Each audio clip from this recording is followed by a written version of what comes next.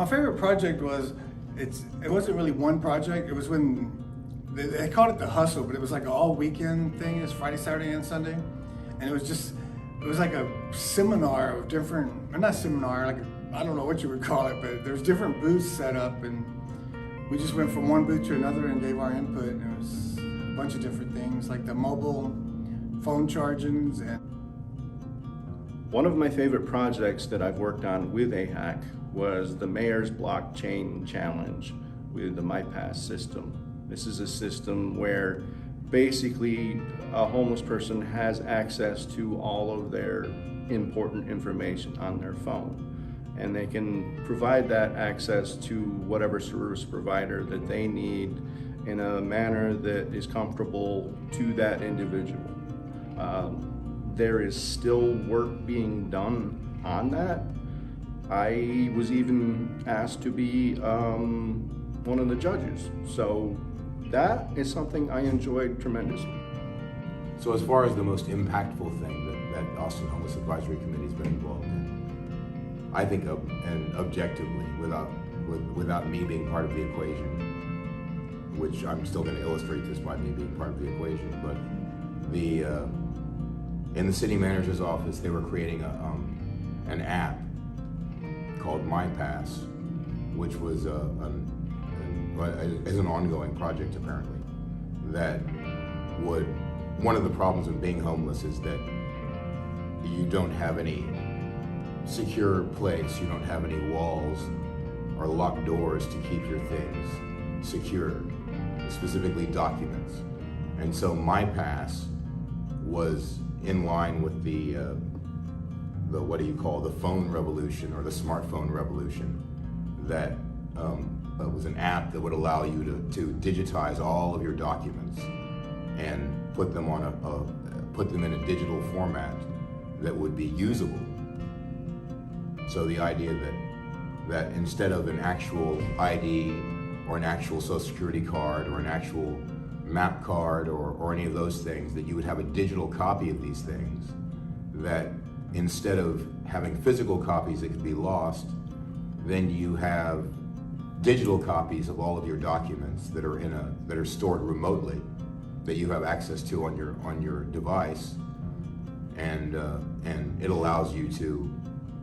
Since that's one of the things that then in being homeless is that it's very easy to have things and then get them stolen and get them taken away, and then you're suddenly back at zero where you started, and trying to build back up from that in terms of documents is extremely an onerous task and difficult, and not as difficult if all of your documents are gone. So MyPass was an opportunity to keep all of your documents in a digital format, a digital usable format that would allow people to basically, like I was talking about continuity, then you have a continuity of your documents that you're not in danger of losing. The favorite part was storage for me. Like I said earlier, there was no storage and there was no commitment, or no one wasn't pushing the issue. I got my bags ripped off, I got my backpack ripped off, I got tired of pushing my stuff in a shopping cart. So I knocked on some doors. I kept on knocking on some doors. We did surveys, we did flyers, we did everything we can to tell the city council that we need this. And yeah, that's one of my favorite parts, is to seeing my dream bloom. Favorite project, I wouldn't know a lot, like I said, I wouldn't know I was working on a project. Like I said, y'all the ones with the jobs and do this, I consider myself just an observer. When I come in, if I'm asked something, or if I hear somebody, that, in other words, that to my knowledge, is just a volunteer. Now you could have people on this out of the 15 that actually are not like me. They may actually have jobs in Wichita or wherever, and they keep it to themselves. That's fine if they want to do that. I wouldn't know about it. But when they sit there and talk about things, if I hear something, like for example, if you're talking about something with the Health and Human Service to do food stamps, or a MAP card, a medical access program card, you know, if I have the knowledge, you know, I might raise my hand and let them know. I can tell you where a couple of offices are, you know, like off of Rutherford or Capitol Plaza or something like that. So, I mean, that's about it. That's the only input, you know, The only input I would have is through my personal, actual life experiences, which mean I've either been employed from it, I've worked for them, or if I've been to a doctor for treatment or something. I think the most important part is being able to give and get feedback from other people in the room that may have something different than you have to say. Gives you a chance to think. Project-wise, I didn't get too involved with them. I think I was more linear in the way of like maybe policy change than my drawing abilities aren't very good unless I have a rule. So I'm not really good at puffy clouds, maybe in my head, but so I didn't get too involved in those, and I look back at some of the stuff, it was just like kind of on the point, here's the checklist. And that is an important part, I believe, is the bureaucracy, the quote unquote, the talking heads and stuff that's been going on for a long time.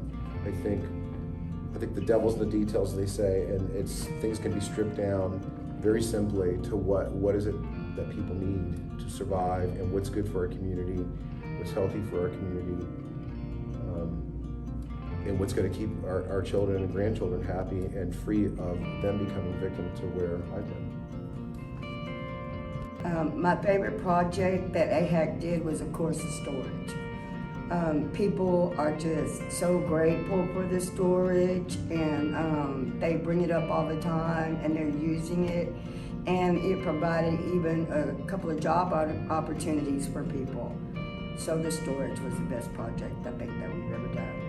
Before the pandemic, we were actually putting up little stickies as to what we would like to see with the city and what the city can do to help people. We went through numerous amount of stages and had play acts as to how the police would treat people. You know, when we interact that and whatnot, and then came out with a better solution than what was being done, you know, that was powerful to me, because police don't necessarily treat homeless people with respect, because they feel like, you know, they're the lowlifes. They feel like they don't have no self-worth to be here anyway. But when we reenact that scene and actually show the police, you know, how we can act and how we just want another chance at life, then it was a whole new ballgame. Now, a lot of people got off into their characters. You know, me personally, I got off into mine. So, you know, but I wanted it to be known what was the two differences. One of them was good, but one of them was bad. And then when I say bad, meaning it was good because it was so powerful in reverse. Just to let people know, hey, look, I'm worth something. Give me a chance, you know, and I'll show you. Granted, I had a lot of things to overcome, but once I overcame them, then I was a whole new person. Now, it's not over yet. I still got a long ways to go, but I'm not the person who I used to be. And that's the main thing. I could walk around here with my head up high. I could walk around here and go to the store and buy things and don't have to be worried about being broke from buying drugs, you know? And then I can see people and help them through, if they want to help, you know, through the drug situation, get them counseling for the mental situation. And that, to me, is everything. That's what I'm put on this earth. For as long as the good Lord let me stay here to help another person overcome this situation called homelessness.